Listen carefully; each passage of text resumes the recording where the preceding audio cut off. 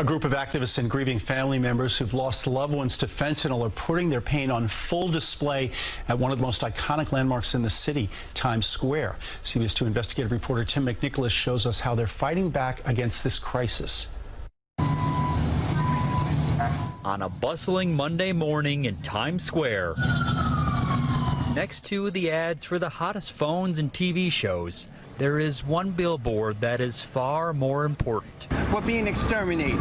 Brooklyn native Michael Fiore stands beneath the faces of hundreds of Americans who've died from fentanyl poisoning. We're dealing with a weapon of mass destruction. Fiore is a recovering addict who works with a nonprofit called Facing Fentanyl to spread awareness across the country, even on this day, just about a week after he lost his friend Cody Hood to fentanyl poisoning in California. I'm going to make that loss, push this pain forward to make sure that people understand how deadly and dangerous fentanyl is. One of the faces here in Times Square, he was a special kid. Gabe Philippi from Rocky Point on Long Island, who died from fentanyl poisoning at the age of 15 in 2010. At that time, we tried to tell people how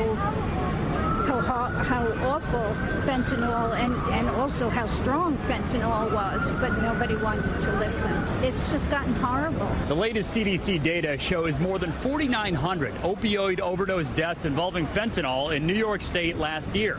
That means fentanyl was a factor in 92% of all opioid overdose deaths in the state. DEA right now is mapping this entire threat, not just here in New York, but across the country, across the globe, understanding exactly where the cartel has their influence. The hope is that in the years ahead, grieving families and activists won't have to add so many faces to their tributes. From the crossroads of America and an America in crisis, Tim McNicholas, CBS 2 News.